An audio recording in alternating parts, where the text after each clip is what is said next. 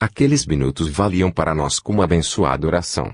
Os lances da magnífica sinfonia como que nos elevavam a círculos harmoniosos de ignota beleza e todos trazíamos lágrimas abundantes, de vez que os encantadores acordes em movimento possuíam a faculdade de lavar-nos, miraculosamente, os refolhos do ser.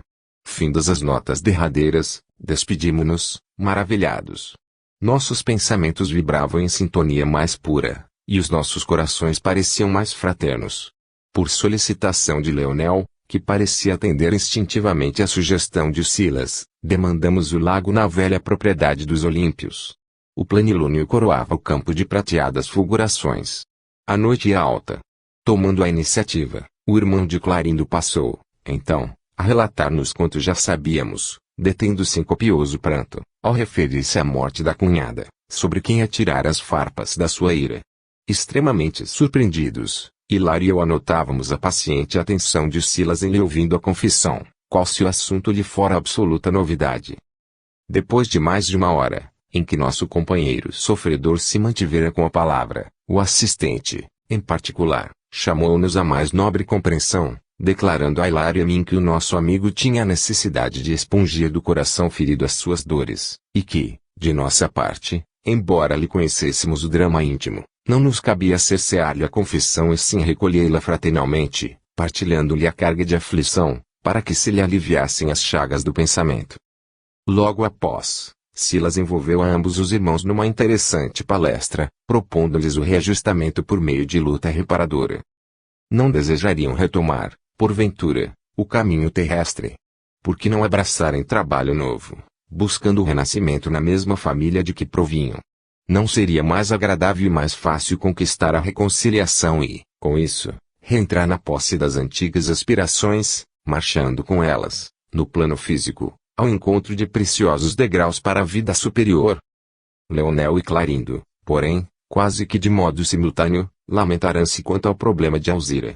Em verdade, no desespero da própria causa, haviam aceitado as sugestões da loucura, gastaram anos a fio estendendo a crueldade nas trevas. Entretanto, nada lhes doía tanto como a violência praticada contra a esposa de Antônio Olímpio que, horrorizada ante a perseguição deles, se havia arrojado naquelas águas de terríveis reminiscências.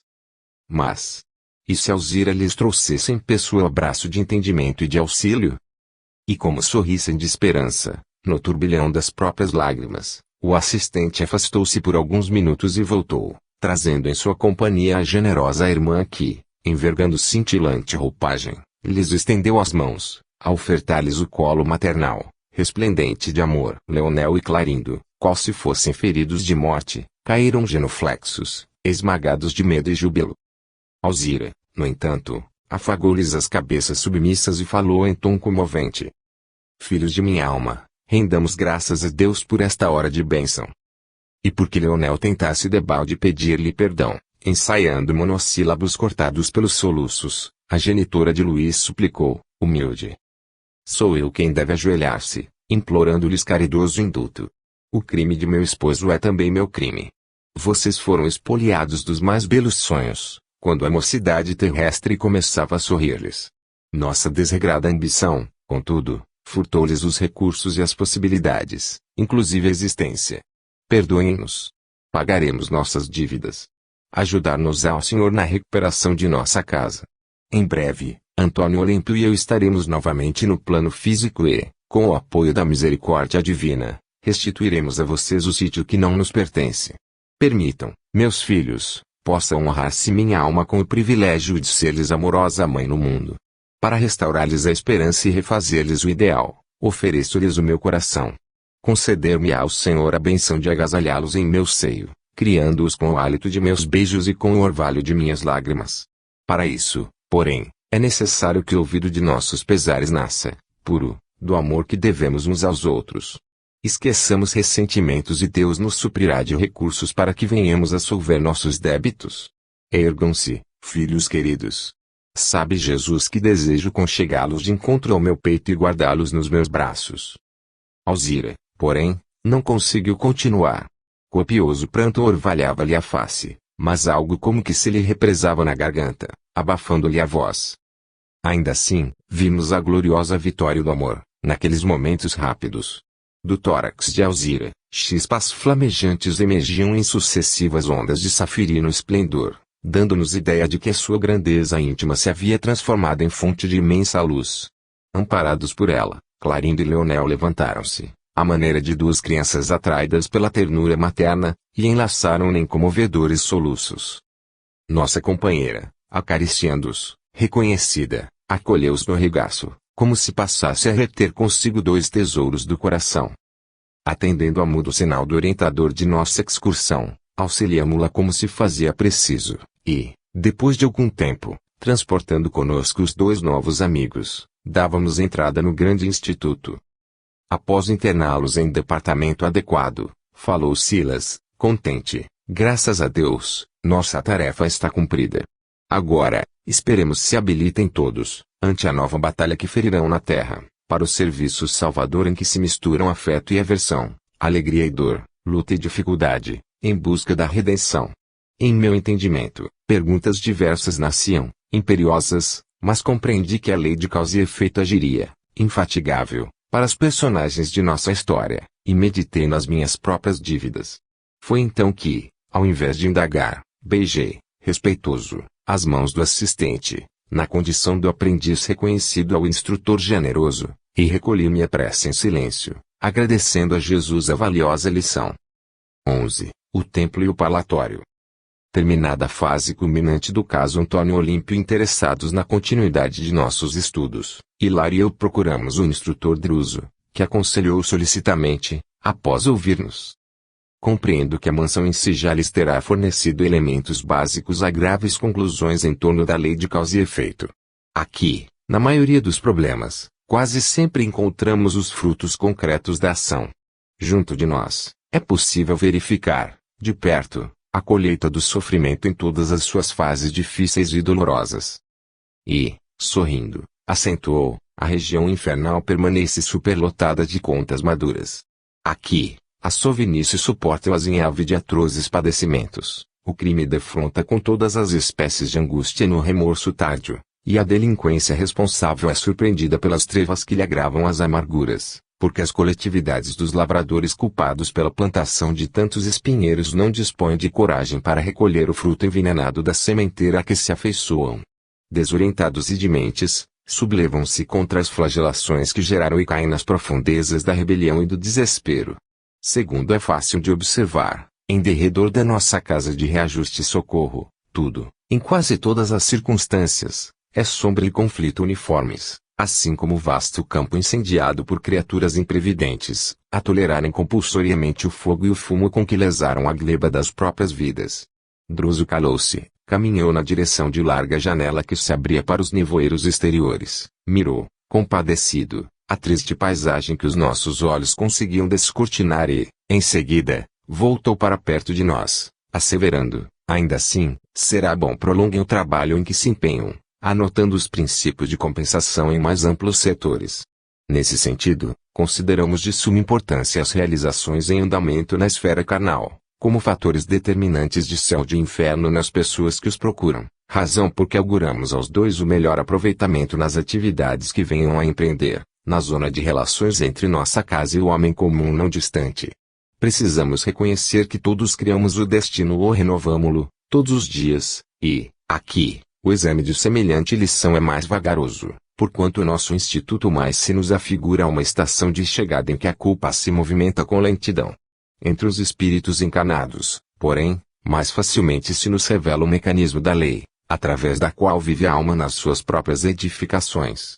No vaso da carne, a planta da existência se desenvolve, floresce e frutifica. A morte fisiológica realiza a grande ceifa. Em nosso mundo, temos, desse modo, a seleção natural dos frutos.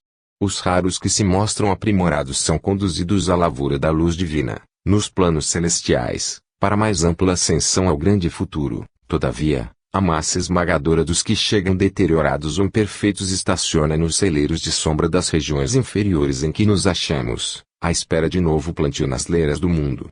É que cada criatura transpõe os umbrais do túmulo com as imagens que em si mesma plasmou, utilizando os recursos do sentimento, da ideia e da ação que a vida lhe empresta, irradiando as forças que acumulam no espaço e no tempo terrestres. Cremos, pois, seja oportuna a observação do assunto, entre as almas encarnadas, para que se lhes enriqueça a experiência. Aquelas ponderações, ditas em tom paterno, comoviam-me intensamente. Druso pronunciava-as com afabilidade e tristeza, não obstante sorrisse. Como sempre encantado com a sua personalidade dificilmente abordável no conjunto, silenciei, acatando-lhe as manifestações, mas Hilário perguntou, irrequieto, valendo-se da pausa que surgira, que nos sugere, porém, a fim de que atendamos aos estudos a que se reporta. O instrutor respondeu, de pronto, possuímos sempre renovado material de consulta no templo e no palatório exteriores de nosso domicílio, usualmente frequentados por irmãos do plano físico, provisoriamente desligados da habitação corpórea por influência do sono, bem como pelos companheiros desencarnados que vagueiam em torno da mansão, à caça de reconforto. Muitos deles estão ligados ao nosso santuário pelos fios da reencarnação, enquanto muitos outros chegam até nós em busca de socorro. Dispomos aí de atendentes numerosos que lhes coletam as reclamações e registram os problemas para orientarmos com segurança o nosso esforço de paz e cooperação. É interessante, assim, que os amigos se incorporem, durante alguns dias, às nossas equipes de serviço, colaborando conosco e relacionando apontamentos diversos. Não poderíamos contar com a ajuda de Silas? Indagou meu colega, referindo-se ao companheiro cuja presença para nós significava alegria e coragem. O instrutor contemplou-nos de maneira expressiva e comentou, surpreendendo-nos, não fosse o objetivo das informações que coligem e, certo, não nos seria possível permitir que o assistente mencionado lhes tutelasse a recolta de ensinamentos.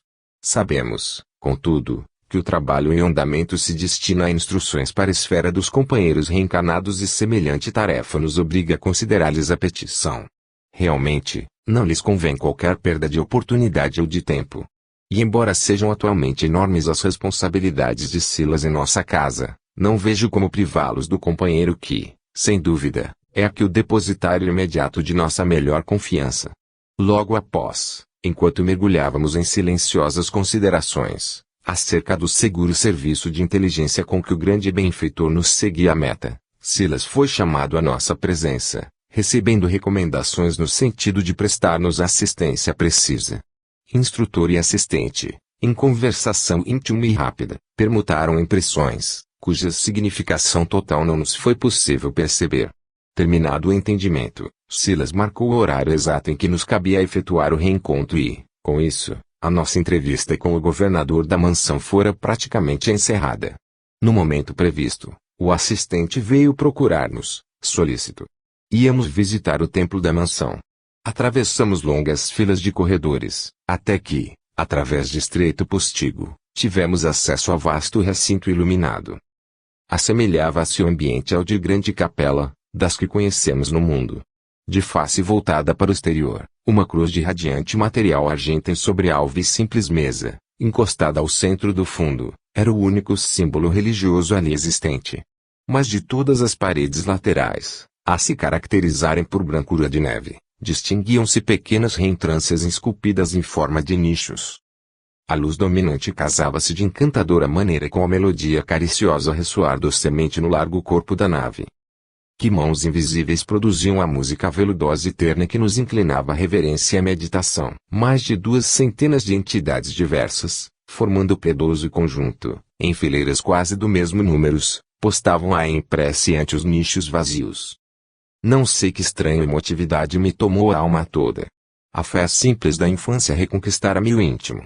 Lembrei minha mãe, colocando a oração primeira em meus lábios e, como se as vibrações daquela hora fossem abençoada chuva lavar-me todos os escaninhos do espírito, olvidei por instantes minhas velhas experiências da vida para somente pensar no Supremo Senhor, nosso Deus e nosso Pai. Lágrimas quentes rorejaram minha face. Quis algo perguntar ao assistente bondoso, contudo, naquele primeiro contacto com o santuário externo da mansão, nada consegui fazer senão orar e chorar copiosamente.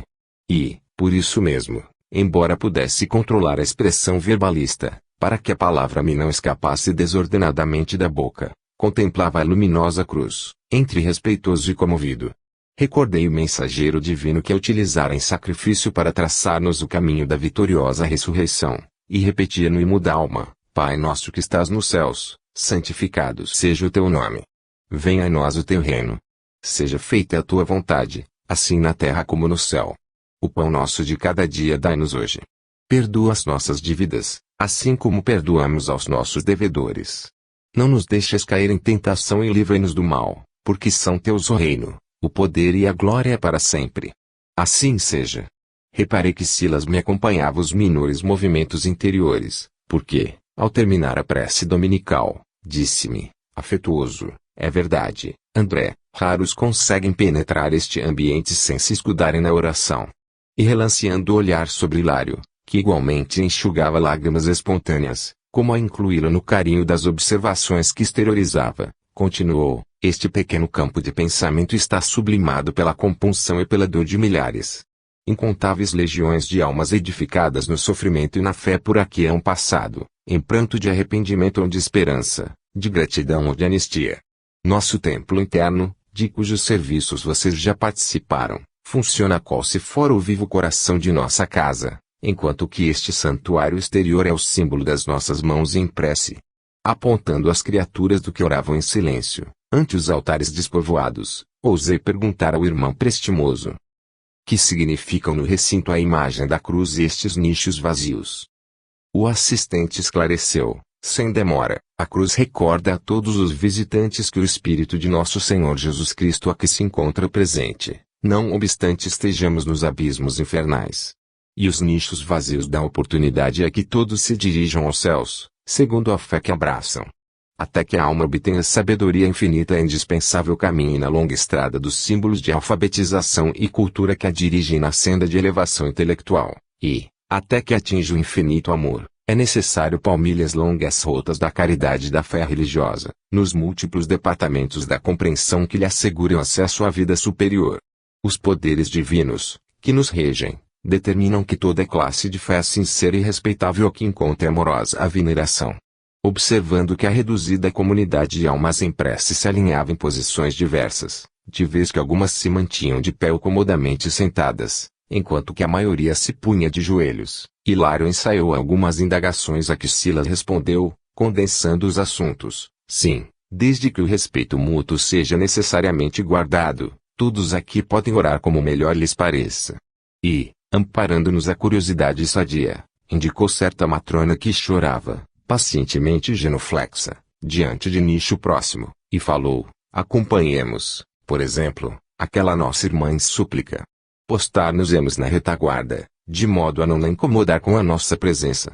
E, envolvendo-a nas vibrações de nossa simpatia, assimilar-lhe-emos a faixa mental, percebendo, com clareza, as imagens que ela cria em seu processo pessoal de oração.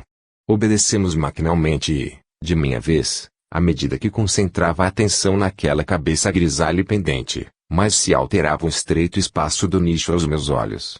Pouco a pouco, qual se emergisse da parede lireal, linda tela se me desdobrava a visão, tomada de espanto. Era a reprodução viva da formosa escultura de Teixeira Lopes, representando a Mãe Santíssima chorando o Divino Filho morto.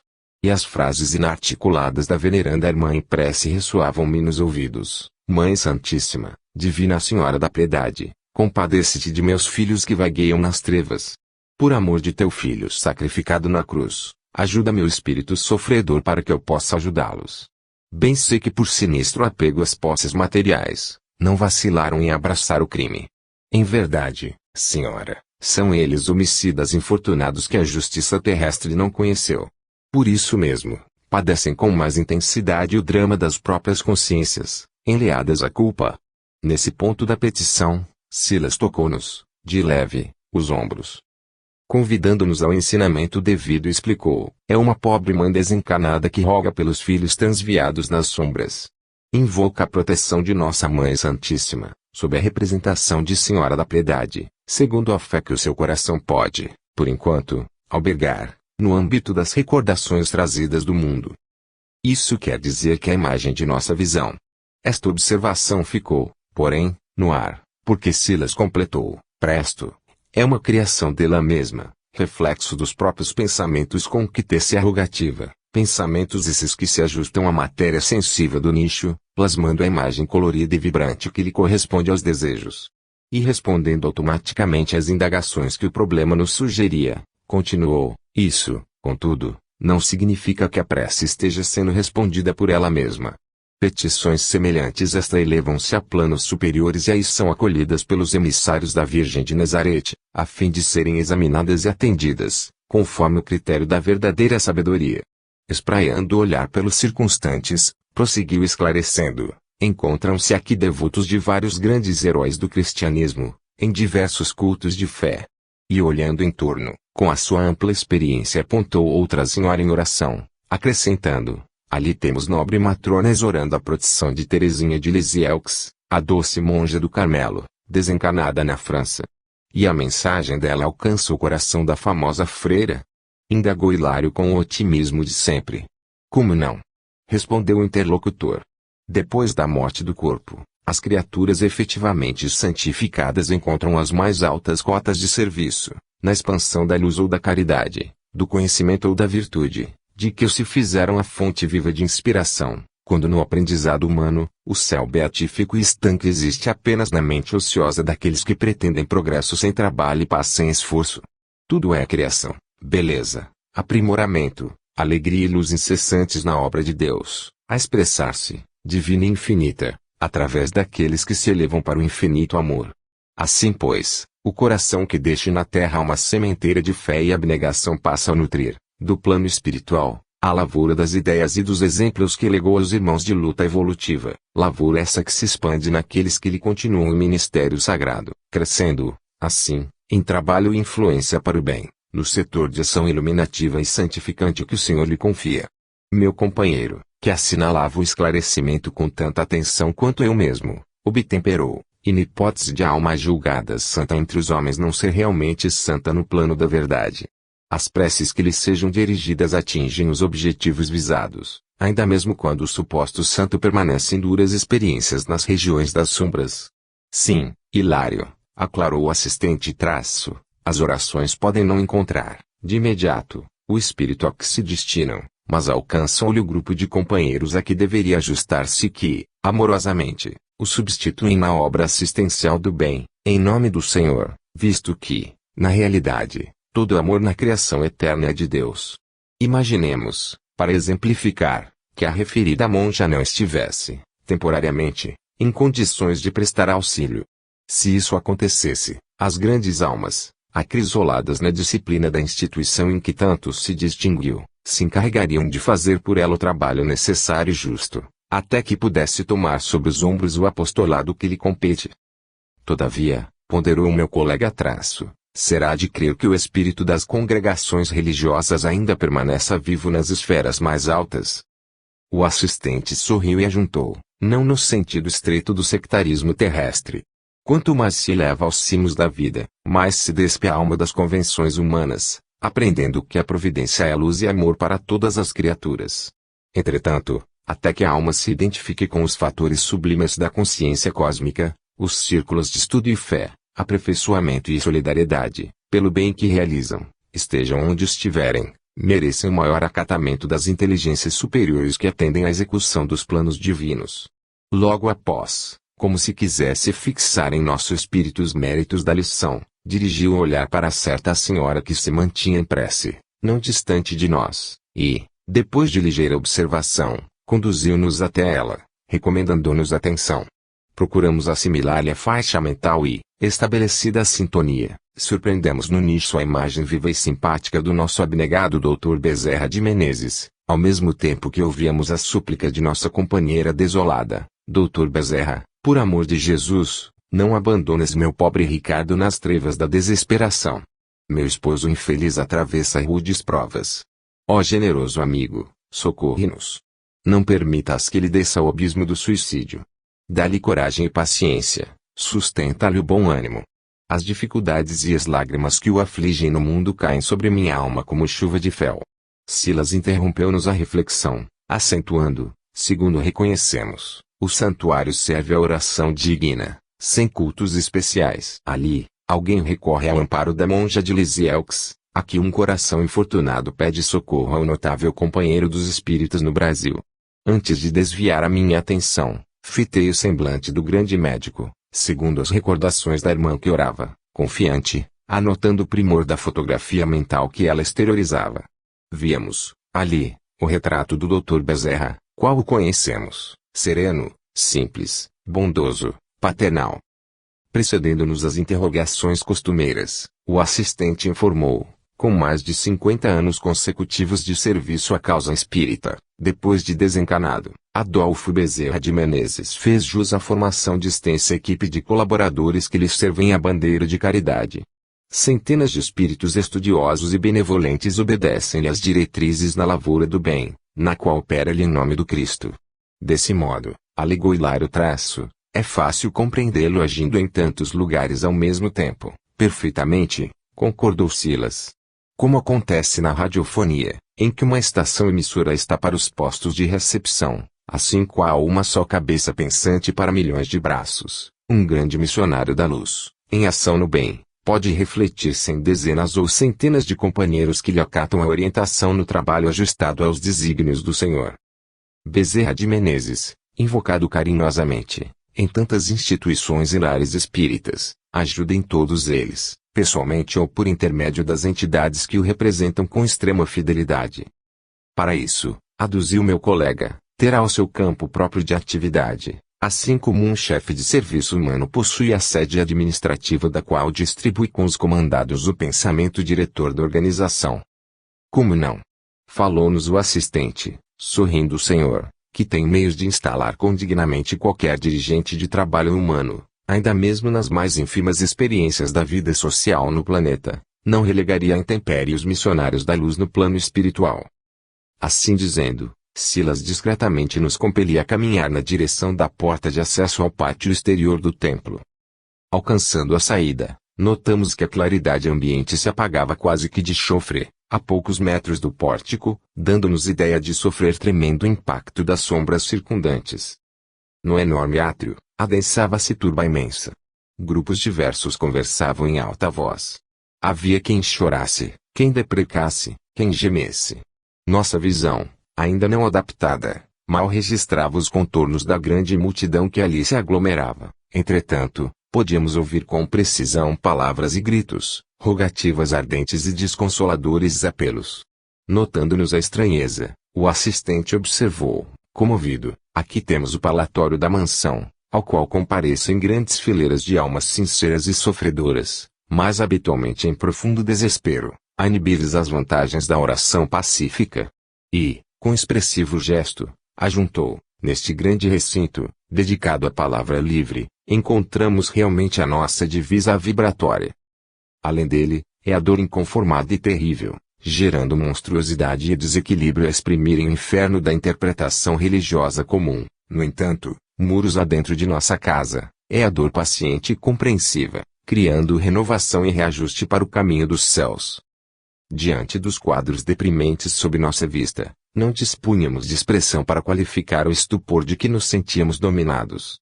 Foi por isso que nos calamos, de maneira instintiva, perante a quietação do assistente que, a nosso ver, recorria, silencioso, ao favor da oração. 12. Dívida gravada. Enquanto outros servidores da instituição por nós passavam, à pressa, com o evidente intuito de auxiliar, o dileto companheiro de Druso desceu a escadaria do templo, em nossa companhia, explicando. Muitos companheiros de serviço valem-se deste horário para o culto espontâneo do amor fraterno. Ouvem aqui neste locutório os desesperados e os tristes e, tanto quanto lhes é possível, administram-lhes medicação e consolo, não somente os exortando à compreensão e à serenidade, mas também os acompanhando aos círculos tenebrosos ou à esfera dos encanados, para a obra de assistência aos laços afetivos que lhes perturbam o coração. Nesse instante, entramos mais diretamente em contato com os grupos rumorosos. Agora, adaptada nossa visão à sombra reinante, conseguíamos diferenciar as figuras lamentáveis e exóticas que nos cercavam, agoniadas. Eram mulheres de duro semblante que a miséria desfigurava e homens de fisionomias torturadas pelo ódio e pela angústia. Dificilmente, de nossa parte, poderíamos avaliar-lhes a idade, segundo o escalão terrestre. O infortúnio deles convertera-os em fantasmas de amargura, quase a irmaná-los integralmente no mesmo tipo de configuração exterior. Muitos mostravam mãos semelhantes a ressequidas garras, e em quase todos o olhar enraivecido ou medroso revelava a dolorosa fulguração da mente que disse o oposto da loucura. Preces comoventes misturavam-se a clamores sinistros de revolta. E, vendo, contristados, a multidão em movimentos rudes, ante as portas abertas do santuário tranquilo, perguntamos ao assistente por que não se acolhia toda ela ao templo hospitaleiro, então quase deserto. Silas, contudo, designando a entrada do edifício que vínhamos de deixar, fixou a portaria radiante que, da forte penumbra, mas se nos afigurava um túnel aberto para a luz, e esclareceu, efetivamente, reportam-se vocês à medida desejável. Entretanto, apenas ingressam no recinto sagrado quantos lhe podem suportar a claridade com o respeito devido. Quase todos os irmãos que se congregam nesta praça trazem mutilações que a perversidade lhes impôs ou são portadores de sentimentos tigrinos que petições comoventes mal encobrem. E, com semelhantes disposições, não resistem ao impacto da claridade dominante, dosada em fotônios específicos a se caracterizarem por determinado teor eletromagnético, indispensável à garantia de nossa casa. Muitos de nossos irmãos, aqui desarvorados, clamam, com a boca, que anseiam pelas vantagens da prece, na intimidade do santuário, no entanto, por dentro, lá estimariam trípode sobre o nome sublime de nosso Pai Celeste, no culto à ironia e à blasfêmia. Para que não tumultuem a atmosfera divina que nos cabe oferecer a oração pura e reconfortante, recomendam nossos orientadores que a luz permaneça graduada contra distúrbios e prejuízos, facilmente evitáveis. Hilário, espantado, considerou, significa isso que somente a sincera compunção da alma entrará em sintonia com as forças eletromagnéticas imperantes no recinto. Exatamente assim é, confirmou o interlocutor. Nossa instituição permanece de braços abertos à provação e ao sofrimento, mas não à rebeldia e ao desespero. De outra sorte, seria condená-la ao aniquilamento e ao descrédito, na região atormentada em que se localiza. Nesse ponto da conversação, fomos interrompidos por dezenas de braços ressequidos a implorarem socorro. Silas fitava-os, compadecido, mas sem se deter, até que nosso passo foi cortado por apressada mulher, exclamando, ansiosa: Assistente Silas! Assistente Silas! Nosso amigo identificou-a, porque, parando de súbito, estendeu-lhe a destra amiga, murmurando, Luísa, aqui vens. Defrontavam-se em ambos a curiosidade e a aflição. A senhora desencanada, com sinais de irreprimível angústia, gritou sem preâmbulos, socorro! Socorro! Minha filha, minha pobre Marina esmorece. Tenho lutado com todas as minhas forças para furtá-la ao suicídio, mas agora me sinto enfraquecida e incapaz. Os soluços sufocaram-lhe a garganta, inibindo-lhe a voz. Fala, disse o orientador de nossa excursão, em tom imperativo, como se o alarme daquele instante lhe obscurecesse a serenidade mental, imprescindível ao entendimento da nova situação.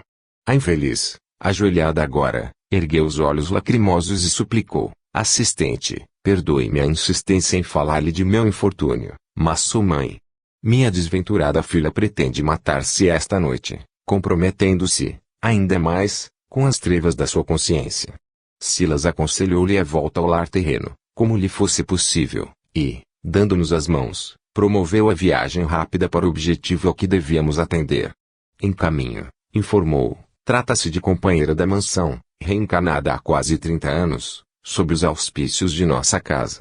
Prestar-lhe-emos o necessário auxílio, ao mesmo tempo que vocês poderão examinar um problema de débito agravado. Notando que o nosso amigo entrara em silêncio, meu colega externou, é impressionante observar o número de mulheres em trabalho de oração e assistência nessas paragens. Preocupado qual se achava, nosso generoso companheiro tentou ensaiar um sorriso que lhe não chegou aos lábios, e juntou, grande verdade. Raras esposas e raras mães demandam as regiões felizes sem os doces afetos que acalentam no seio. O imenso amor feminino é uma das forças mais respeitáveis na criação divina. Todavia, não houve mais tempo para qualquer outra divagação. Atingiramos no plano físico pequena moradia constituída de 3 peças desataviadas e estreitas. O relógio acusava alguns minutos depois de 0 hora. Acompanhando Silas, cuja presença deslocou diversas entidades da sombra que ali se ajuntavam com a manifesta intenção de perturbar, ingressamos num quarto humilde. Percebemos, sem palavras, que o problema era efetivamente desolador. junto de jovem senhora agoniada e exausta, uma menina de 2 a 3 anos choramingava, inquieta. Via-se-lhe nos olhos esgazeados e inconscientes o estigma dos que foram marcados por irremediável sofrimento ao nascer. Contudo, através da preocupação indisfarçável de Silas, era fácil reconhecer que a pobre senhora era o caso mais urgente para os nossos cuidados. A infeliz, de joelhos, beijava sofregamente a pequenina, mostrando a indefinível angústia dos que se despedem para sempre. Logo após, em movimento rápido, tomou de um copo em que se encontrava a beberagem cujo teor tóxico não nos deixava qualquer dúvida. Antes, porém, de colá-lo à boca em febre, eis que o assistente lhe disse em voz segura: como podes pensar na sombra da morte, sem a luz da oração? A desventurada não lhe ouviu a pergunta com os tímpanos de carne, mas a frase de suas invadiu-lhe a cabeça qual rajada violenta. Lampejaram-lhe os olhos com novo brilho e o copo tremeu-lhe nas mãos, agora indecisas. Nosso orientador estendeu-lhe os braços, envolvendo-a em fluidos anestesiantes de carinho e bondade. Marina, pois era ela a irmã para quem aflito coração materno suplicara socorro, dominada de novos pensamentos, recolocou o perigoso recipiente no lugar primitivo e, sob a vigorosa influência do diretor de nossa excursão, levantou-se automaticamente e estirou-se no leito, em prece. Deus meu, Pai de infinita bondade, implorou em voz alta compadece-te de mim e perdoa-me o fracasso. Não suporto mais. Sem minha presença, meu marido viverá mais tranquilo no leprosário e minha desventurada filhinha encontrará corações caridosos que lhe dispensem amor. Não tenho mais recursos. Estou doente. Nossas contas esmagam-me. Como vencer a enfermidade que me devora, obrigado a costurar sem repouso, entre o marido e a filhinha que me reclamam assistência e ternura. Silas administrava-lhe passes magnéticos de prostração e, induzindo a ligeiro movimento do braço, fez que ela mesma, no impulso irrefletido, batesse com força no copo fatídico, que rolou no piso do quarto, derramando líquido letal. Em lágrimas copiosas, a pobre criatura insistiu, desolada: ó Senhor, compadece-te de mim. Reconhecendo no próprio gesto impensado a manifestação de uma força estranha a entravar-lhe a possibilidade da morte deliberada naquele instante, passou a orar em silêncio, com evidentes sinais de temor e remorso, atitude mental essa que lhe acentuava a passividade e da qual se valeu o assistente para conduzi-la ao sono provocado. Silas emitiu forte jacto de energia fluídica sobre o córtex encefálico dela, e a moça, sem conseguir explicar a si mesma a razão do torpor que lhe invadia o campo nervoso, deixou-se adormecer pesadamente, qual se houvera sorvido violento narcótico. O assistente interrompeu a operação socorrista e falou-nos: bondoso, temos aqui asfixiante problema de conta agravada. E designando a jovem mãe, agora extenuada, continuou: Marina veio de nossa mansão para auxiliar a Jorge e Zilda, dos quais se fizera devedora. No século passado, interpôs-se entre os dois, quando recém-casados, impelindo-os a deploráveis leviandades que lhes valeram angustiosa demência no plano espiritual.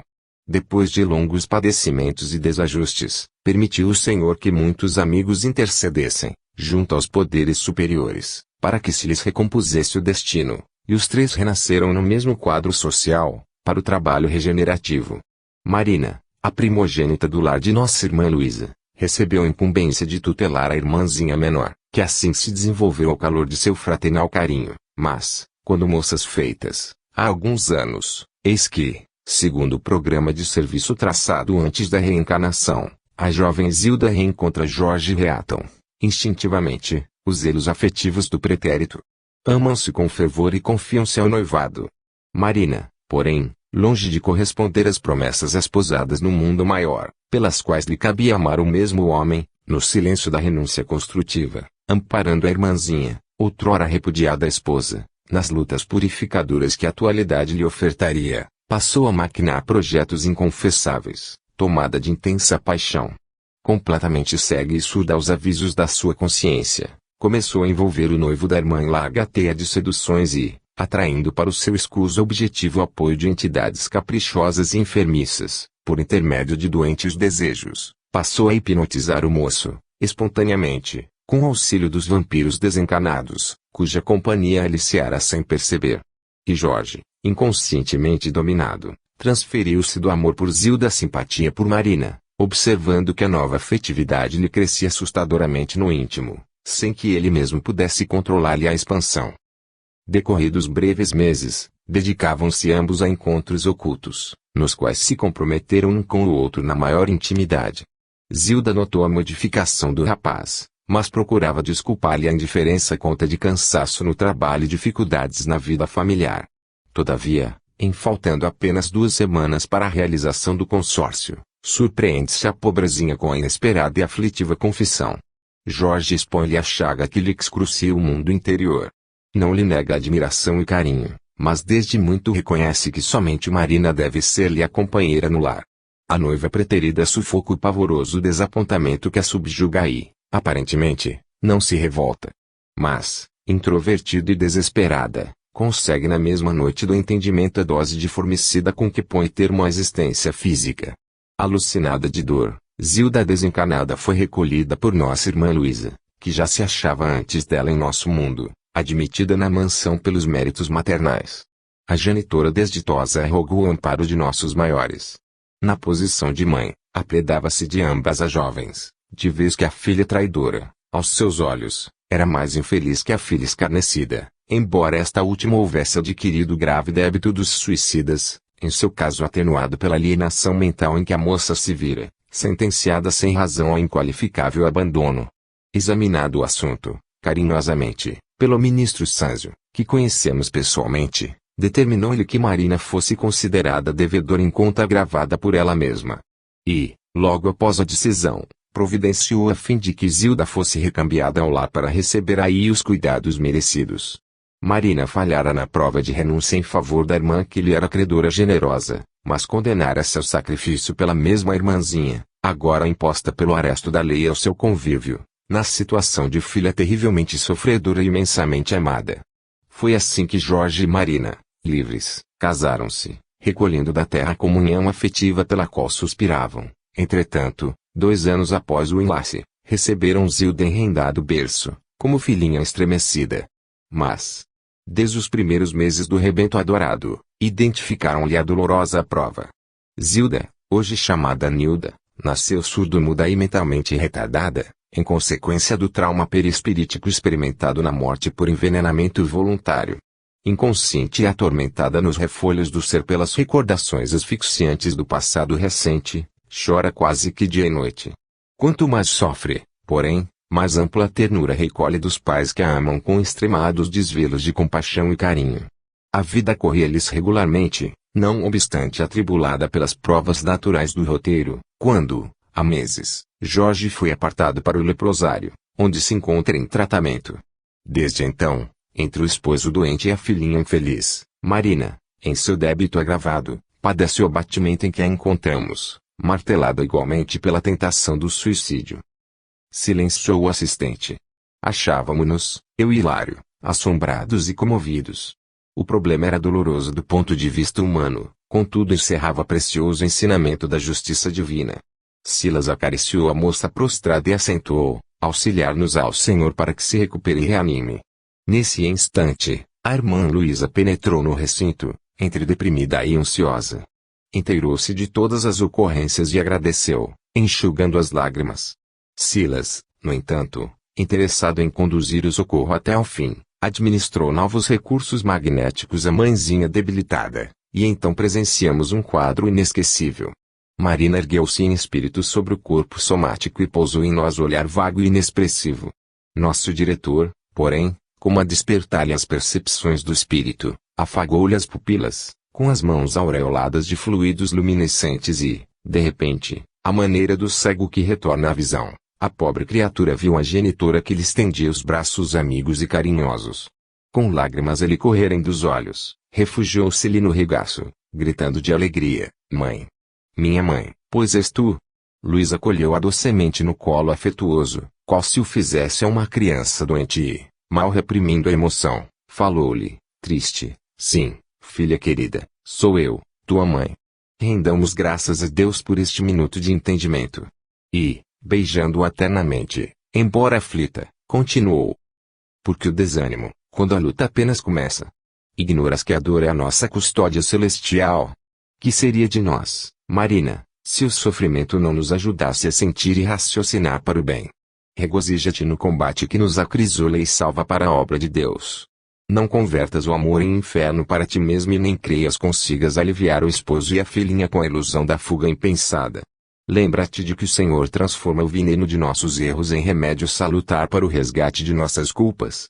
A enfermidade de nosso Jorge e a provação de nossa Nilda constituem não somente o caminho abençoado de elevação para eles mesmos, mas igualmente para teu espírito que se lhes associa à experiência na trama da redenção. Aprende a sofrer com humildade para que a tua dor não seja simplesmente orgulho ferido. Que fizeste do brio de mulher e do devotamento de mãe? Olvidaste o culto da oração que o lar te ensinou? Enganaste-te, assim tanto, para abraçar a covardia como glória moral. Ainda é tempo. Levanta-te, desperta, luta e vive. Vive para recuperar a dignidade feminina que tisnaste com a nódoa da traição. Recorda a irmãzinha que partiu, acabrunhada ao peso do fardo de aflição que lhe impuseste, e paga em desvelo e sacrifício, ao pé da filhinha doente, a conta que deves à eterna justiça. Humilha-te e resgata a própria consciência, com o preço da expiação dolorosa, mas justa. Trabalha e serve, esperando em Jesus, porque o divino médico te restituirá a saúde do esposo, para que, juntos, possamos conduzir a pequenina enferma ao porto da necessária restauração. Não penses estar sozinha, nas longas e ermas noites em que te divides entre a vigília e a desolação. Comungamos os mesmos sonhos, partilhamos as mesmas lutas. Que paraíso haverá para os corações maternos que choram, além do túmulo, senão a presença dos filhos abençoados, embora esses muitas vezes lhes ocasionem longos dias de angústia. Compadece-te de mim, tua mãe, por enquanto sentenciada ao sofrimento pelo amor com que te ama. Calou-se Luísa, pois que singultos incessantes lhe abafaram a voz. Marina, agora ajoelhada e lacrimosa, osculava-lhe as mãos, clamando em súplica. Mãe querida, perdoa-me. Perdoa-me. Luísa ergueu-a com esforço e, dando-nos ideia dos calvários maternais que costumam prender as grandes mulheres, depois da morte, conduziu-a em passos vacilantes até a criança enferma e, acarinhando a fronte da pequenina, empapada de suor, implorou, humilde. Filha querida, não procures a porta falsa da deserção. Vive para tua filhinha, como permite o Senhor possa eu continuar vivendo por ti. A moça, renovada, rojou-se sobre a menina triste, mas, como se a emotividade daquela hora lhe sufocasse a mente desperta, foi repentinamente atraída pelo corpo de carne, como o grânulo de ferro pelo ímã, e vimos-la acordar, em pranto copioso, bradando, inconsciente. Minha filha! Minha filha! O assistente, respeitoso, despediu-se de Luísa e afirmou, louvado seja Deus! Nossa Marina ressurge, transformada. Afastamo-nos sem palavras. Lá fora, no céu, nuvens distantes coroavam-se de luz aos clarões purpúreos da aurora e, de alma embriagada de reconhecimento e esperança, meditei na infinita bondade de Deus, que faz raiar, depois de cada noite, a bênção de novo dia. 13. Débito estacionário. Prosseguimos administrando o fraterno auxílio ao lar de Marina, incluindo assistência ao companheiro que o nosso como lenda acolhia, encontrando excelentes oportunidades de estudo e observação. Conclusões e apontamentos felicitavam-nos a cada passo. Tarefas e excursões cobriam-se de êxito desejável. Quando, certa noite, no parlatório, foi Silas procurado por um companheiro aflito, que avisou, atencioso, assistente, nossa irmã Poliana parece vergar, em definitivo, ao peso da imensa prova. Revoltada? Indagou nosso amigo com inflexão de paciência e bondade. Não, aclarou o interpelado. Nossa irmã está enferma e o equilíbrio orgânico declina de hora a hora. Apesar disso vem lutando heroicamente para conservar-se ao pé do filho infeliz. Silas refletiu por momentos rápidos e falou resoluto, é imperioso agir sem demora. E, qual acontecera em circunstâncias anteriores, utilizamos a volitação para lograr mais tempo. Há breves minutos, achávamos-nos em paisagem rural pobre e triste. Num casebre, totalmente exposto à ventania noturna, infortunada mulher jazia enrolada em farrapos, numa esteira de palha ao rés do solo e, a poucos metros, mísero não paralítico exibia o semblante alvar. Reconhecia-se-lhe, de pronto, a idiotia completa, sob a vigilância do enferma desditosa, que o fitava entre a aflição e o desencanto. Abarcando-os com o olhar, Nosso condutor informou solícito: temos aqui nossa irmã Poliana e Sabino, o filho desventurado que o poder celeste lhe confiou. Espiritualmente, são ambos tutelados da mansão, em pedregoso caminho de reajuste. Entretanto, o generoso amigo parecia mais interessado na assistência prática que na obra informativa. Inclinando-se, atento, para a desventurada mulher, auscultou-lhe o tórax, explicando algo inquieto, caso urgente. E, convidados ao concurso imediato, associamo-nos à minuciosa pesquisa, observando que o coração da enferma apresentava alarmante arritmia, figurando o sinus agitado prisioneiro emaranhar-se nas artérias estreitadas em estranhas calcificações. Examinando aquele atormentado quadro circulatório, o assistente informou: os vasos enfraquecidos do miocárdio ameaçam ruptura próxima, porquanto a doente se encontra na tensão de angústia extrema. A parada súbita do órgão central pode ocorrer de um instante para outro. Assim dizendo, relanceou o olhar sobre o homem-criança, estirado a 2 passos, e acrescentou: entretanto, Poliana precisa mais tempo no corpo, de vez que o filho não lhe dispensa os cuidados. Acham-se não apenas jungidos à mesma prova, mas imanizados ao mesmo clima fluídico, reciprocamente alimentados pelas forças que exteriorizam, no campo da afinidade pura.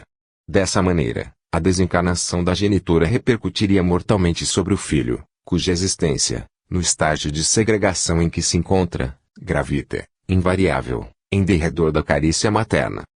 Aflitiva expectação caiu sobre nós. Silas como que buscava, na choça desguarnecida de tudo, algo que pudesse funcionar à guisa de socorro. Todavia, somente velho cântaro ali guardava pequena porção d'água. O assistente comunicou-nos que a enferma reclamava medicação imediata, considerando, porém, que naquela hora da noite não era fácil trazer algum companheiro encanado ao sítio deserto, nem dispunhamos, ali, de recursos quaisquer. Ainda assim, vimos-lo aplicar-lhe passes à glote, com desvelada atenção. Logo após, administrou recursos fluídicos à linfa pura. Compreendemos que Silas ativara a sede na doente, constrangendo-a a servir-se da água simples então convertida em líquido medicamentoso. Despendendo enorme esforço, Poliana abandonou o leito e buscou o pote humilde. Após beber ligeiros goles, acerenou as próprias ânsias, qual se houvera sorvido valiosa poção calmante. As preocupações obcecantes da hora em curso cederam lugar à abundância de espírito. Foi assim que o diretor de nossa excursão, acariciando-lhe a fronte, pendida nos molambos a se agregarem por travesseiro, transmitia-lhe forças revigorantes. Decorridos alguns minutos, Poliana mostrava-se plenamente fora do vaso físico, mas sem a necessária lucidez espiritual para identificar-nos a presença. Contudo, subordinada ao comando magnético de Silas, ergueu-se automaticamente. Enlaçada por ele e seguidos ambos por nós, demandamos bosque vizinho. Longe de perceber-se sob a assistência carinhosa de que era objeto, a enferma ausente do corpo de carne, como num sonho consolador, foi convenientemente acomodada por Silas no tapete de relva macia, sentindo-se calma e leve. Fim dessa operação, o assistente convocou-nos à prece e, levantando o olhar para o firmamento faiscante de estrelas, rogou compungidamente: Pai de infinita bondade, tu que dás provimento às necessidades do verme aparentemente esquecido no ventre do solo, que vestes a flor anônima, perfumando-lhe a contextura, muitas vezes sobre a lama do charco, desce compassivo olhar sobre nós, que nos trismalhamos à distância de teu amor. Em particular, Pai justo, compadece-te de nossa Poliana, vencida. Ela não é mais, Senhor, a mulher sequiosa de aventura e de ouro, disposta a lançar lodo e treva no caminho dos semelhantes, mas sim pobre mãe fatigada, reclamando novas forças para a renúncia. Não é mais a moça vaidosa que tripudiava nos tormentos do próximo, mas triste mendiga, anulada para o trabalho, que soluça de porta em porta, esmolando o pão com que deve sustentar o torturado filho de sua dor e nutrir a própria vida. Ó Pai, não a deixes perder agora a bênção do corpo, na senda redentora onde se arrasta. Acrescenta-lhe os recursos para que não interrompa a experiência sublime em que se localiza. Tu que nos deste, pelo Cristo, a divina revelação do sofrimento, como sendo o roteiro de nossa recondução para os teus braços, ajuda a refazer as energias aniquiladas, a fim de que não pereça antes de encontrar a nova luz que lhe aguarda o coração para a subida à glória eterna. A voz de Silas, tocada de profunda fé, arrebatava-nos ao pranto insofreável. As ulíneas cintilações nimbavam-lhe a cabeça e, como resposta do alto, ali, na selvagem floração do bosque ermo, vimos, ao longe, 5 flamas, em pontos diferentes do espaço, que se aproximavam de nós, celeremente. Renteando conosco, transfiguraram-se companheiros que nos saudaram regozijantes. Em rápidos minutos, energias imponderáveis da natureza, associadas aos fluidos de plantas medicinais, foram trazidas à nossa enferma, que as inalava a longos sorvos, e, em tempo breve, vimos Poliana surpreendentemente refeita, pronta a retomar o envoltório para a necessária restauração. Ricos da terra, pensei com lágrimas traço, onde o poder das vossas arcas abarrotadas de ouro, ante a simples fulguração de uma prece. Onde a grandeza de vossos palácios, recheados de fausto e pedraria, confrontada com um simples minuto de reverência da alma, em comunhão com a paternidade de Deus, na majestade do céu. Incapaz de raciocinar por si, quanto à metamorfose experimentada, por força das inibições que sofria na provação temporária, a doente não conseguia ver-nos, mas sorria, venturosa, sentindo-se mais robusta e mais ágil. Novamente amparada, regressou ao tugúrio infecto e auxiliamo-la a retomar a cápsula física. Enquanto descerrava os olhos, reconfortada, Silas esclareceu, as melhoras adquiridas pela organização perispirítica serão apressadamente assimiladas pelas células do equipamento fisiológico. E acentuou, sabem os médicos terrenos que o sono é um dos ministros mais eficientes da cura. É que, ausente do corpo, muitas vezes consegue a alma prover-se de recursos prodigiosos para a recuperação do veículo carnal em que estagia no mundo. Após a elucidação, afagou os cabelos grisalhos da pobre doente e prometeu-lhe em voz alta: descanse. Quando o dia ressurgir, nossos companheiros trarão até aqui o socorro da caridade fraternal, valendo-se de algum samaritano das redondezas. Permitirá ao Senhor que você continue. Em seguida, convidou-nos a observar o campo orgânico de Sabino. Por fora, sim, era ele dolorosa máscara de anormalidade e aberração. Mirrado, nada medindo além de 90 centímetros e apresentando grande cabeça, aquele corpo disforme, transandando odores fétidos, inspirava compaixão e repugnância. A fisionomia denotava a configuração macacoide, exibindo, porém, no sorriso inconsciente e nos olhos semilúcidos, a expressão de um palhaço triste. Recomendou-nos o assistente auscultar-lhe o campo íntimo, e, em razão disso, findos alguns minutos de reflexão, assimilei-lhe a faixa mental. Observando-lhe as singulares reminiscências, demonstrando viver essencialmente distante da realidade, a memória de Sabino mergulhava, toda, em quadros estranhos. Corporificados ante a nossa visão espiritual, os pensamentos dele tomavam consistência, compelindo-nos a enxergá-lo qual se sentia em verdade. Víamo-lo em trajes de palaciano bem posto, influenciando pessoas categorizadas para a consumação de crimes ocultos, a culminarem sempre na flagelação do povo. Viúvas e órfãos, trabalhadores humildes e escravos misérrimos desfilavam nas telas de suas complicadas recordações. Palacetes aristocráticos e mesas opíparas constavam por detalhes faustosos das lembranças que lhe povoavam o espírito. E, ao seu lado, sempre a mesma mulher, cujo porte soberbo revelava Poliana, aquela mesma Poliana que jazia inerme na esteira de palha. Assombrados, identificávamos ambos cercados de luxo e ouro, manchados, porém, de sangue, ao qual se faziam plenamente insensíveis. Reconhecíamos sem dificuldade que mantinham consigo escusos compromissos um com o outro, no terreno da crueldade. Sabino, o fidalgo orgulhoso, não tomava conhecimento de Sabino, o anão paralítico. Em absoluta introspecção, revivia o pretérito, com requintes de egolatria, demonstrando-se na posição do homem iludido por mentirosa superioridade à frente dos semelhantes. Percebendo-nos a perplexidade, Silas observou: de certo, não lhe ouviremos a palavra articulada, mudo e surdo qual se encontra, mas podemos consultar-lhe o pensamento, porquanto reagirá em pensamento, respondendo-nos às interpelações, através da conversação ideada. Para isso, porém, é imprescindível lhe dispensemos o tratamento devido à personalidade que julga viver. Mentalizemo-lo como sendo o Barão de S. Título que exibiu na existência última e com o qual se desvairou calamitosamente nas trevas da delinquência e da vaidade.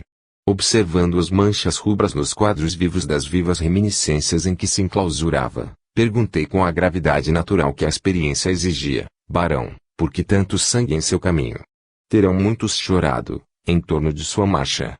Notei, perfeitamente, que ele não recolhera a interrogação com os tímpanos comuns, mas a aprendera em forma de ideia.